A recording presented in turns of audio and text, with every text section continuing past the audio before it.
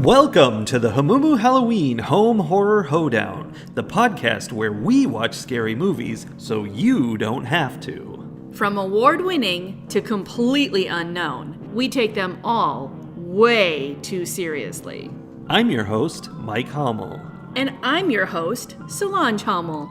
Now, warning, we use a ghoulish number of spoilers, so watch the movies first. Second warning, we don't know anything about anything, so don't take us seriously as we take these movies seriously. I learned something while watching this movie. What did you learn? It sucks to have balls. Yeah, it's true. I also learned something while watching this movie. What did you learn? Never underestimate a straight white man's propensity for violence. That was actually a pretty, powerful statement made there in the prologue of Freaky from 2020. It's kind of the only thing I liked about the prologue. Right, the prologue where he murdered a group of kids that we know nothing about. Yes. Rich kids. Yeah. Kids, I was glad to find out that it was just a prologue because I disliked these children a lot. Children, teenagers, what have you. And I was excited for them to die because they were all terrible people. Actually, it's not that I hated the prologue. It was fine. I just felt a little betrayed at the end of it where I thought I was in the movie and I wasn't in the movie. And I was taking notes and getting invested in these characters and trying to figure them out. And then they were all dead. And I was like, yeah, wasted time. I know. I wrote down their names and everything. Right? I definitely thought the last one was going to be the girl and she was going to get Freaky Friday'd at the end of it. But instead, she got impaled on a wall. She did get impaled on a wall. That group of people started my pattern here because I started with Isaac, who had death by wine bottle, which I thought was funny. And then I ended up doing death by all the way through and documenting all of the ways people died in this movie. And they were all ridiculous. I'm sure, but feels like people sort of stopped dying at a certain point when it was like, oh, all of these people are important characters. None of them can die. And he just suddenly couldn't get anybody killed. Well, there was a chunk of time, but then fortunately, there were all those football guys. Yeah. So, football rapists and football homophobes, they were expendable. That's where I have some issues, because, wow. Yeah. I'm not even sure what's wrong with this. It's just these group of kind of unpleasant football guys flip on a dime to become gang rapists to be immediately killed. The movie said, we've got to have these guys be really bad so that they can be killed. When they're missing the point. It's a story about a crazed serial killer who murders everybody. It's good if he kills good people. That's what you want, not in real life, but for your story. Maybe he kills her mom, and then she's like, oh no, my mom's dead, and she's very motivated, and all of that. Here's the thing. I think this movie, being from 2020, I think there was a heavy, we're going to... I don't know how to say this without sounding like one of those people who's like, oh, everybody's woke these days. But this movie had, this layer of woke to it. Right? But in that way where you're going, oh, you've learned the words, but you don't actually understand what you're saying. Because it was trying to turn some things tropes on its head, and it was trying to be good guy, good, but it wasn't, because these people were legitimately terrible. And there's not there's a difference between the movies where someone is actually doing something different than the traditional. Yeah. I don't even know how to describe it without going way into detail. But for example, this movie was very much about a girl being victimized. Yeah. For the movie. But with this thin veneer of political correctness, see, the rapists were bad people. See, homophobia is wrong. The mean girl at one point is oh, are you hitting? She thinks a girl is hitting on her, and she's like, well, not that there's anything wrong with that. Yeah. But then she definitely thinks there's something wrong with it. Well, you are definitely hitting around the edges of this big feeling I had watching this movie of like they didn't know how to. You know what it's like? It's like Vince Vaughn. That's what this movie is like. This movie had a lot of Vince Vaughn.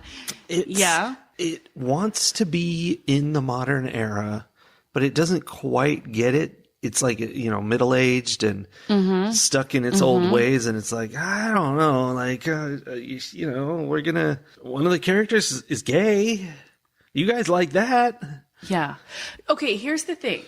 Saving Grace, I think it legitimately was making a point about who a person is and whether it's their outside or their inside, which is who they are. That scene, yes. And so, like, not just in that scene. Like, there was a point even where Nyla, the smart black girl best friend, calls one of them out for. They're talking about the serial killer in the body of the teenage girl, and he says she. Yeah. And Nyla's like, pronouns, and he's like, oh, sorry, he. Like they were through the whole thing, they were very consistent about using the pronouns that were what the person inside the body identified as. True. Not as what the body was. And then there's the scene with the love interest, Booker, and the teenage girl inside the body of Vince Vaughn. And like, he's like, I'm still attracted. Like, they're acting like it's a teenage girl standing there, the girl he has a crush on. That was unrealistic, just so you know. I mean, I absolutely. Especially where he's like, is it weird that I still want to kiss you? And I'm like, it is, because that's Vince Vaughn. Well, also, I wanted to check IMDb for ages on whether it was okay for Vince Vaughn to be kissing this boy. I don't know. But he was probably like 30, so it's fine. I mean, it's possible. But in the movie, even, I was just like, this is... no, this is not okay. Because he's like 53 years old, something like that, and he's kissing a 16-year-old character. Yeah, this characters, it was definitely not there. Okay. Yeah, and they knew that, but there still was an actual kiss, and I'm just like, that's weird. I'm uncomfortable with this. But I liked the fact that they were making a very firm point about how you identify as on the inside is who you are. It's very important that we point out that this is a Freaky Friday movie in which a teenage high school girl swaps bodies with a old man, grown adult serial killer. Right, and maybe an old man might be exaggerating, but like, I'm an old man. Probably late 40s, early 50s. Yeah. Serial killer dude. So that's why there's all this talk of bodies. Yes. But I think like it was a very overt like transgender rights kind of message over this movie, which really missed the mark in a lot of other places. Right. And it's weird because it's like kind of a light comedy, kind of high school comedy thing, while at the same time it's very gory, brutal murder stuff. Very all over the place. Okay, when you say it's light comedy, I truly and honestly had jarring moments multiple times while we were watching, because we were watching on Peacock and we have commercials. Yes. And it's like this, it looks like the movie looks like a like family friendly commercial. Like it has that kind of upbeat sound and very bright and colorful everything. And then it would switch to a commercial and I'd be like, oh, I didn't know this person was in. Suddenly there's a Jennifer Coolidge commercial on, and I legitimately had a moment of like, oh, she's in this movie. Nope, she's not. We have switched to commercial break. It didn't help that the commercial breaks just came in mid-scene, but like I couldn't immediately tell the difference between this horror movie and like a goofy ad for a credit card. Yeah, that says something about the style of the movie. So it was very silly, but it was also very, like, all of the ways people died were not nice. And most of the time I would see it coming and I would flinch away because I didn't want to see the mean shop teacher get sawed in half with a table saw. Yeah, he did. So, personal connection. Yes. This mean shop teacher who absolutely hated Millie for no reason. Like, I mean, she apparently came to class late often, but like, it's like this, she's not one of those standout bad kids. And the shop teacher has it in for her. He's so mean to her and so specific about it. This is my personal experience with my AV teacher. Oh, do tell. It was called TV and film class, which you'd think you'd be excited about getting into TV and film class. And I was. It was such a fun thing to be doing. And I was in there, everybody in there screwed around. Like, it was that kind of class. So there's, like, I picture paper airplanes flying all over the place. Pretty sure that didn't happen, but that's how I imagine it. Ferris Bueller's Day Off. A lot of talking going on, and I was there with a couple of friends, and we would be chatting in there. And he was on me, and he hated me, literally hated me, because one time I walked past him in the halls somewhere at the school, and I was like, "Hi, whatever your name is." I've forgotten because he's not worth it. Good. And he gave me a dirty look and grunted, like, legitimately, this is someone I hate, high school style. Wow. And I'm like, wow, I'm trying. And then, me, social issues. You were supposed to go in there and use his fancy video editing machines to make your projects. I did them at home on my multiple VCRs and things and put it all together because I didn't want to be in there after hours and doing things, and I didn't want to deal with people. It was scary business. He gave me Fs multiple times for that. It was a bad situation. Okay, honestly, were your projects awesome? Lower quality because you were using janky equipment? Yeah. Okay. But they were so well done and artistic and meaningful. I fully believe that. And here's the thing. I may be a tiny bit biased, but I'm going to say that teacher probably was intimidated by how creative and smart you were. I'm sure that's what it was. He had larger aspirations than teaching high school AV. That's how it felt. And he was stuck in this place, and he sees possibly, I'm entirely making this up, but if he saw in you something that reminded him of him at your age, and he was like, oh, this kid's going to get to go do the things that I never got to do because I'm here teaching high schoolers. Yeah. It did feel like that for real. Like he was a washed up, sad man. Yeah. But then to pick you specifically to be unhappy with is weird because you're such, I can't imagine you did anything. I think this was kind of the end of his rope all around because here's the climax of this story. Okay. Went through a quarter of that in which I probably ended up with a D, I think. It was really bad. And starting the next quarter, I was in that class again. The first day, he's like, okay, gang, you guys have been terrible. So this is... I quit. And he walks out. No, he said, these are the rules, this quarter, it's totally different. And it was harsh, the most harsh. It was you're going to be doing all this work, huge essays you're going to write about stuff. So it's not a blow-off class anymore was the gist of it, which was his issue is everybody comes in for a blow-off class of making movies. How fun. And he didn't like that. So he's like, it's going to be a real class. You're going to have to learn stuff. And then after he gave his spiel about all that, he stood up at his desk and he's like, I'll stand up here and you can come up with your, I forget what they were, but a transfer slip to get a different class. It was at the beginning when you could still change classes. And I was like, yeah. And I walked up there and he goes, I've got yours already for you. He literally was not kidding. He had one pre-prepared for me. Oh my God. And that's when I got to be the TA for the art class. And it was awesome because she was awesome. I mean, sounds like it worked out for the best. But what a beanbag. He was quite the beanbag. Oh, wow. Just being hated, it doesn't feel good. It's yuck. Yeah. I'm proud of you for not running him through a table saw or a Don't you think I should have? I mean, no, because then you would have been in jail. That would be bad. Yeah. Yeah, he sounds terrible, but I'm glad you didn't decide to serial kill him. Thanks. Yeah. I do try. I imagine teaching high schoolers is very difficult. I've never done it. I think it's the worst. The worst possible. Being a high schooler was very difficult.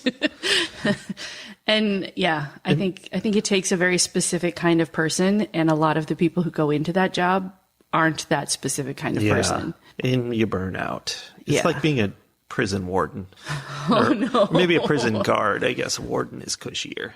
Yeah, that's the principle. Yeah. I had a story related to this too, only mine was an actual shop class. Oh, did you run your teacher through the table saw? I did not. Oh. And I would not have. It was not a negative thing. It was just watching this movie where they had to give the presentations about how they built their dog houses. I took that class. I was in that shop class where all we did for the entire trimester was build a dog house. And it was in teams, and I did next to nothing. I took very few classes that could be considered blow-off classes. Like, I worked hard in school, but I definitely took that shop class because it was going to be a blow-off class. And also because at the point when I was in high school, only boys went to the shop class. Of course. And so my friend and I were like, yeah, we're going to take shop class. It'll be all boys. We'll be the only girls in there. I see. And we pretty much were. And they didn't really care because they were learning how to build dog houses. That's the real dream. But the teacher was one of those, like, he was also toward the end of his career, I think. But I think he truly loved teaching shop.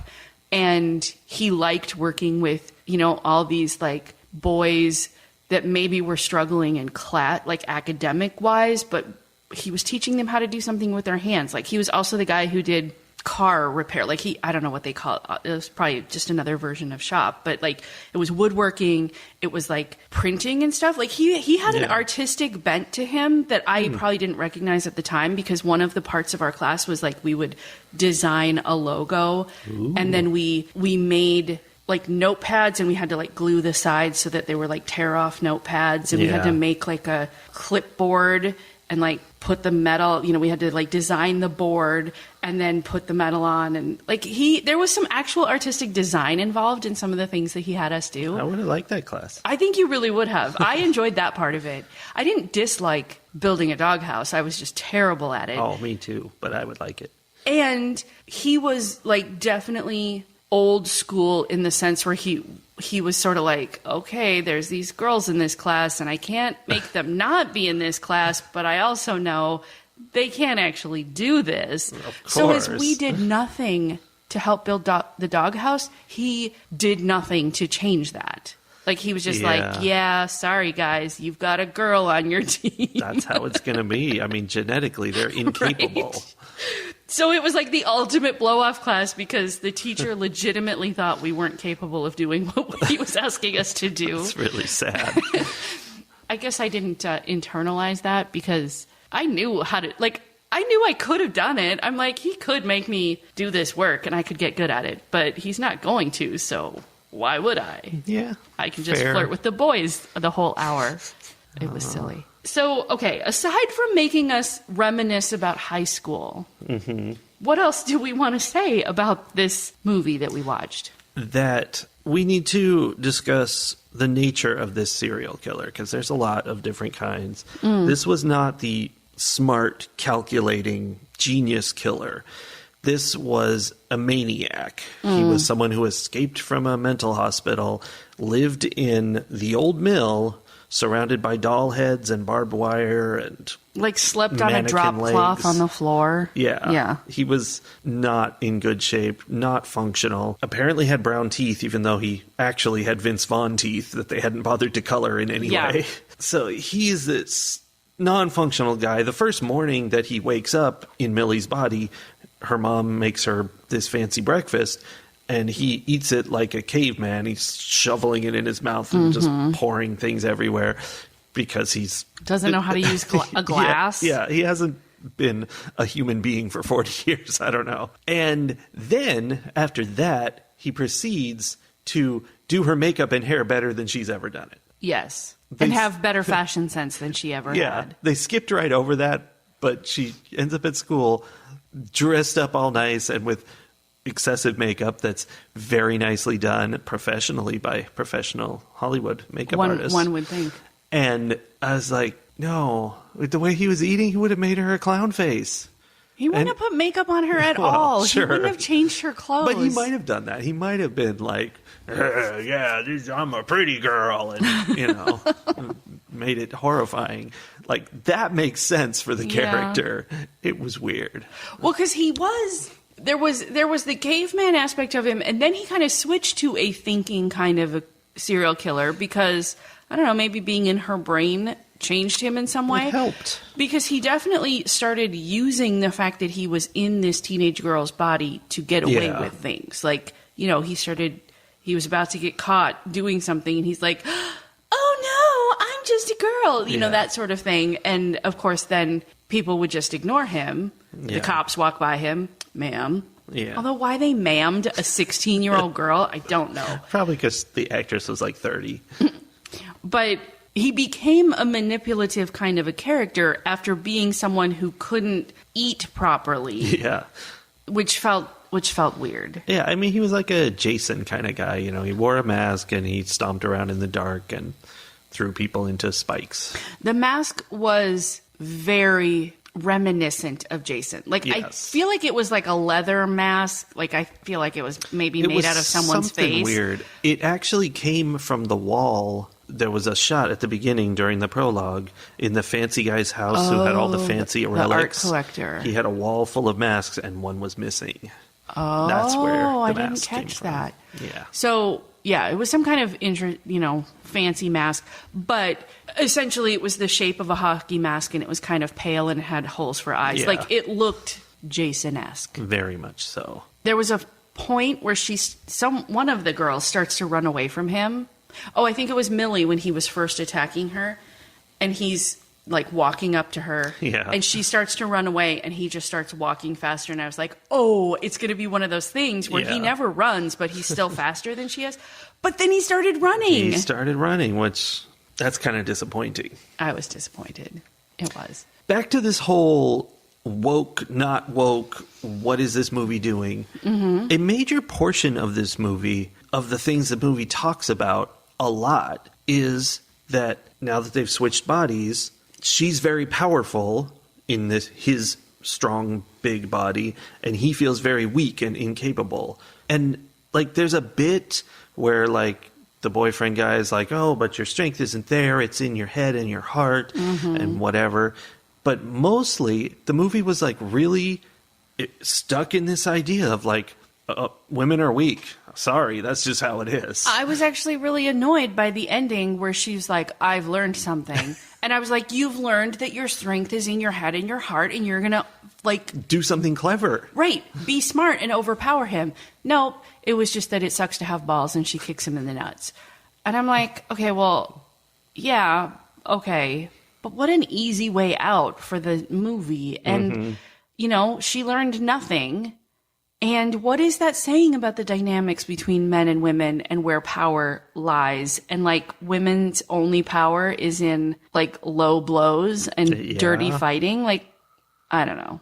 Yeah, it was bothersome. Yeah, also, he had, weird. like, that freakish strength that they give to, like, people with mental issues. Like, somehow makes you... He's very like Jason. Yeah. But they used that to be, like, a stand-in for just being a man. Basically, she's like, now I'm a man and this is what it's like. And not really, I can't throw people across the room. I did like that they talked about, like, that is an issue, and they were on the right side of that issue of, like, look, we have two different experiences, because she was talking to the teenage boy. And I think, like, the point was that she and the teenage boy had two different experiences, not that she and a 48-year-old man had differences, you know, like, it was about the world, and I liked that, but then it didn't go anywhere. She didn't learn anything from it. Yeah. That's kind of the gist. It hinted at some important issues, but it didn't do anything with them, and that's disappointing. But it really was just a fluffy, kind of dumb movie with lots of, like, potty humor and crude teenage sex jokes, which there's a place for that. Like, obviously there's an audience for that, which is probably who they made this movie for. And that's fine. It just wasn't, I am not that audience anymore, I don't think. I'm not even sure what you call it. Like, I want to say they're politics, but it's not about politics, but it's sort of that. It's that their way of looking at the world was outdated and off, but also trying not to be. It was, hey there, fellow teens in movie form. Well, okay, so she's got these two best friends. She's got Nyla, who's the smart black girl. Mm-hmm. Millie is obviously a good-hearted white girl in a family with troubles, right? Yes. And Joshua is their, like, sassy gay friend. Yes. Sassy gay boy friend. And so it's the three of them running around, which sounds like representation, right? Like, look, we've got a little bit of everything. This also sounds like tokenism. It was so tokenism. And they were trying to turn that on its head. Like, at one point, Joshua's like, they're running away from the butcher, and Joshua is like, you're black, I'm gay, we're so dead. Yeah. Like, they're making a point of something, but then, okay, they didn't make them die, but also they didn't do anything. They weren't whole characters. They were only there for how they reacted and interacted style. With Millie. Yes. And it was bothersome. And yeah, felt very like, we know there's something wrong with the way things are normally done, but we don't really understand. Like, we've been told there's something wrong. Yes, that's what it is. But we don't really understand what the wrong thing is. You millennials keep yelling at us. And, does this fix it? See, we put these... They didn't die. Is that what you wanted? And there was a subtle, maybe it's not subtle at all. There was a thing in the movie that just kind of encapsulated that for me. It was their secret, not handshake. It was like a secret high five that involves basically the three of them standing next to each other, and they do, a series of high five type slaps. Josh on one side, Nyla on the other, and of course, Millie in the middle. So it centers her in their special high five. And yes, that seems like nothing, but it was noticeable. I'm like, huh. So they're just there as to support what she's doing. The other thing I noticed, there was a point where I was like, so this girl got the lead role in this movie only to not be in a significant portion of the movie because she's playing the serial killer in the teenage girl's body, and the serial killer is hiding somewhere. And Vince Vaughn, playing the teenage girl in the serial killer's body, actually gets all the scenes. Yeah, most of it. So in a movie where they're trying to make these points of like, we're woke, they actually, I think centered is the perfect word for it. They centered the white girl, and they centered even more so the middle-aged white guy in this teenage movie. Because it could have been done. Like, imagine if this movie wasn't, I'm a teenage girl trapped in a 40-some-year-old guy's serial killer's body. Everyone is afraid of me. I'm a monster. How do I make my friends like me? If it wasn't that, imagine if we had followed the teenage girl actress and it was, I'm a serial killer. I now am in this body that no one is afraid of, but I can also, so like no one, I can't use my intimidation. Like people don't run from me. I'm not getting the thrill that I normally get, but I can also use that to do way more damage. And then like it could have been a whole different, very interesting movie if it was that. That's the thing they were thinking about. Like they had her magically, I don't even know how this is possible, but first of all, the principal canceled Homecoming because people are getting murdered. Eventually. But then she magically arranges it so that all the kids get together at the old mill where she sleeps with, he sleeps with his doll heads. I mean, it was sexy girl magic because she put on the right makeup, did her hair the right way, put on a leather jacket, and now she is the most beautiful person anyone has ever met. Yeah, obviously. Somehow, though, everybody like decorated the old mill with lights and everything, and it was just there, and it was a whole big party, and everybody knew it was there. There was no discussion about like, so we have to clear out all these doll heads and jars of and pee junkies and like, right? The guy. What do we do with this guy who's asking me for drugs and offering sexual favors in exchange? Yeah. So that's insane. And the implication was that he was planning this to be like a mass murder of some kind, although he didn't have anything set up. I totally missed that because it was so... Yeah, I think you're right, but also it was so vague that I just was like... Yeah. Whatever. I mean, it should have been this elaborate saw trap, but it was nothing. Although I don't know when he would have had time to set that up anyway. During all the scenes where he wasn't around. Yeah, I think it could have been a really interesting movie if that's the way it went, because we would have gotten some of that same, like, the difference in privilege between men and women, men and teenage girls, but it would have been from a different perspective, and the girl would have had the opportunity to be, like, the actual lead of the movie, and yeah, I don't know. Well, here's what I had been expecting out of this movie and was disappointed not to get.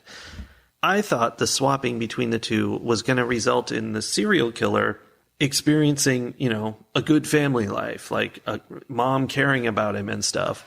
And he would be like, oh my gosh, what's going on? And, develop connections and, like, become a better person because he's getting something he was lacking his whole life. And I don't know what she would have gotten. Confidence is usually what they get out of being serial killers. But, something like that where it's like something emotionally gets resolved instead of just he's still a monster and he's doing everything he can to kill everyone. Right. There's this moment where the mom is talking to her daughter through the door, but she thinks her daughter is a guy who's trying on polo shirts. And they have this, like, emotional exchange, and they kind of bond over, or they get to talk about how they feel about this, the trauma in their family.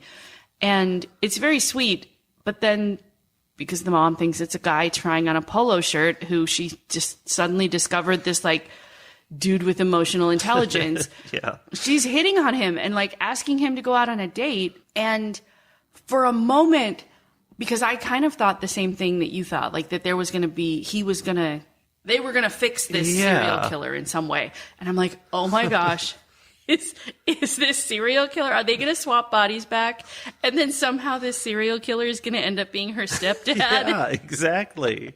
I mean, like, he literally killed teenagers every year. That is, in effect, like, that would be a more outrageous movie than this one, but more fun. Yes, that would have been more like Edgar Wright kind of style, where it's so ridiculous, but also kind of funny. I don't know.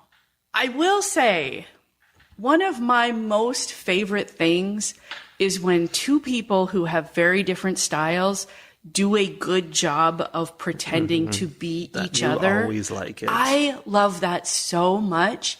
And, like, I just love watching how they use their whole bodies to become completely different people. So this actress who played Millie, for most of the movie, she is pretending to, like, she has a serial killer inside her body. And so she's like, she suddenly starts walking differently, and she, like, you could see how she leans differently as she's walking. Yeah. And, like, there were so many nuances to what she did, and, like, how she used her eyes and her face. It was amazing. And then Vince Vaughn is, like, I mean, I feel like he's probably a pretty problematic person. I don't know of any specifics off the top of my head, but I would not be surprised. Yeah, he seems like one of those dude bro kind of guys. But he also did a good job of, like, he ran differently. He held his arms and his hands in a way where I'm like, oh yeah, you look like a teenage girl right now in the way you are moving your body. And that's very impressive to me. Yeah, it's fun. I do enjoy that. I have one more complaint about how this movie missed the mark of understanding how the minds of people today, which again makes me feel like this movie was made by older people than should have been making this movie. Yeah. Was it how they had a high school install a cryogenics machine in the kids' locker room that goes to negative 300 degrees? That was not it. That was just, I was just like, yeah, no, that didn't happen. That's not real. No, it was that at the homecoming dance in the mill, Millie's older sister, who is a cop, shows up, and in the middle of a crowded room of people shoots her gun into the air. Yes. And they all, like, they ran, but it was the run of like, oh no, we have to get out of the way so this cop can save our lives. Not, holy crap, there is a gun firing off in this crowded room. Everyone lose their crap. Yeah. Like, today, teenagers in 2020 who hear a gunshot have a whole level of lifetime panic built behind it. Like, yes. They would have responded differently. That was the response of people who went to high school when you and I were in high school. Yeah. Where you're like, oh no, what's going on? Was it set in the present? I think it was. Yeah. Yeah, there were cell phones and stuff. Yeah. But it felt like a 90s situation. Yeah. It was off. It was weird. Yeah. Actually, there were 2 instances where cops shot their guns in the air. One of them, I guess that one, was indoors, just shooting into the ceiling. Yes. I mean, it was the abandoned mill, so who knows? But yeah, just... You don't do that. Also, during the climax, again, the cop sister comes in. Something happened earlier where she definitely would have had questions in her head, right? Yes. Like they locked her in the cell. They didn't actually explain. We don't see her actually start to understand what's going on. But Vince Vaughn locks the sister in a cell and then like says something that only her sister would know. Yeah. And then runs off. About her dead baby gerbil or whatever. Yes. She's like, I thought your gerbil, I truly thought the gerbil could swim. I'm so sorry that it died, whatever. Yeah. And then runs off. So that cop sister has to have some kind of question in her mind about what's going on. Mm-hmm. Everyone else made the leap immediately. I would in keeping with the lore of this movie, that cop sister is like, body swapping? Could it be? Like, yeah, because I had that problem with an earlier scene where Vince Vaughn, as her, comes and meets up with Nyla and Josh, and they're like trying to kill her because they're like, oh no, serial killer after us. And she's trying to explain, no, it's me. 2 seconds, they're like, oh, so what we have to do is ask you special questions to verify that it's you. Oh, yeah. Not that doesn't make any sense. You're a serial killer who's probably lying to us and we're going to get out of here. Yeah. No. So definitely the sister would have the thought that maybe that dude is my sister and that girl is a serial killer, right? That's in her mind. She shows up moments after they've swapped bodies. Swapped back. Yes. And immediately put several bullets into Vince Vaughn. Yeah. And I'm like, that was really? risky. We're not going to stop and have one moment of like, hey, you're not going to... I mean, the one friend did shout, shoot that lovely, charming man.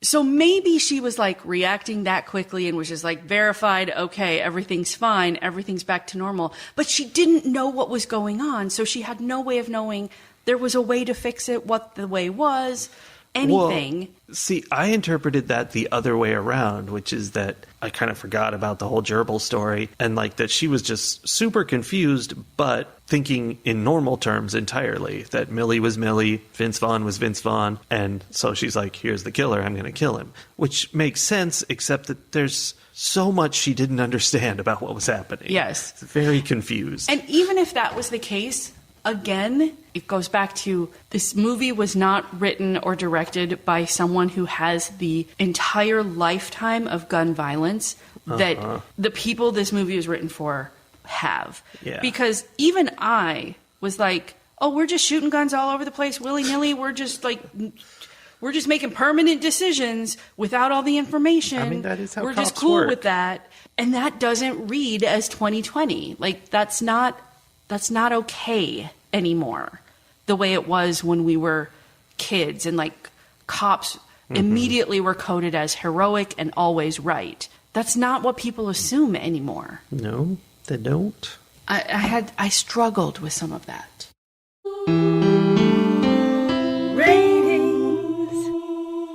So this movie was a very light and fluffy experience, like you mentioned with the commercials, how it matched them in tone. And as a result, it felt easy to watch.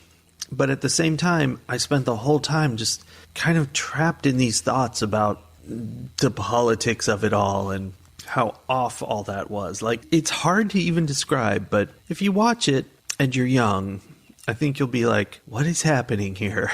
Like, maybe I'm wrong because I am old, but it felt off to me. And that also meant there were a lot of plot holes and like it didn't really make sense what was happening, but it was roughly correct, except politically. And for me, that's going to make it 2.5 Aztecian and daggers out of 5 because it's mediocre. It's kind of fun, kind of okay, but weird and off, which brings it down a little. Yeah, I don't really have anything more to add beyond that. Like, it was exactly like you said. It was light and fluffy, but the offness of it was distracting to me. Me too, yes. And it was supposed to be silly. I wasn't super hung up on, does all of this make sense? It clearly didn't make sense.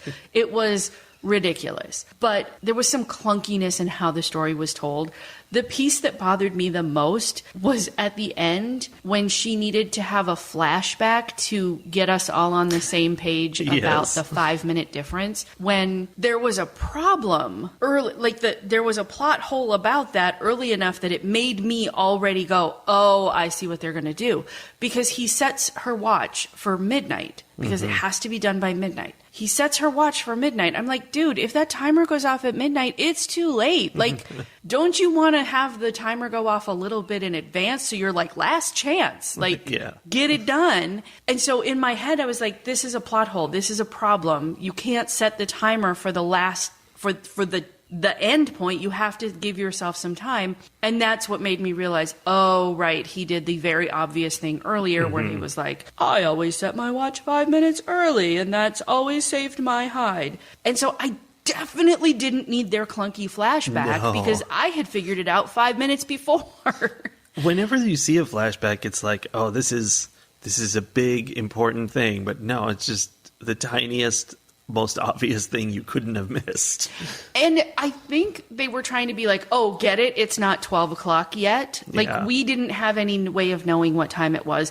They could have avoided the clunky flashback by just putting like a clock somewhere or some other kid having a watch and going, oh, it's not actually They midnight. added a comment. They were like, but where are the bells or something like that? Apparently something was going to chime bells at midnight. Yeah, but you know what? They had never established that there was a thing that chimed bells at midnight. So when they said that, I was like, what bells? What are you talking about? Yeah, I was annoyed by that. And it was stupid. There was no reason to care except that it didn't fit the way that the rest of it had gone. So yeah, okay. I think if they had done a better job of being accurate in terms of the like general vibe of people of 2020 and it didn't feel like that Kids in the Hall sketch, I would have liked this movie more. I actually would have liked it a lot, I think. It's dumb fun. Yeah. But because there were enough things that made it off, like I probably would have given it a 3.5, but because of the problems with it, because of the gun shooting thing, because of the completely unnecessary homophobia, and like there are ways of showing that these people are dirtbags without actually being dirtbags out in the open, you know, like subtlety maybe. Yeah. That would make me drop it down to a 2, but I'm going to give it a 0.5 point because they made some really strong pro transgender rights messaging that worked. So now that all brings me to your same score of 2.5. Okay. Aztecian daggers. We got there in the end. Took me a minute. There was a lot of calculations to go into this one. Sure, I understand. I still enjoyed watching this movie more than I've enjoyed watching a lot of the movies we've watched recently, though. So if you can turn your brain off, and that's a thing you like, that's the kind of thing. Watch it. That's why I want to note that this movie is actually rather highly rated, and like I see lots of really high reviews for it, and that's says a lot about people. I'm sure the people in charge of making decisions in Hollywood right now, the age and gender of those folks, they were like, look at this amazing thing we did. We did a thing. It's so good. Look at how progressive we are. Mm-hmm. Yeah. No. Oh, the other thing, though, is as much as we have said light and fluffy, this is not a kid movie. Like, no. The deaths in this movie are very much on screen and are very graphic, and there are some pretty raunchy jokes told. So, a lot of profanity. Yeah. Yeah. that is one freaky little movie we watched, so we'll have to see what comes our way next week as we sit in the dark and illuminate things with a light on the flippity flop. It's getting a little clunky. Bye, everybody. Bye.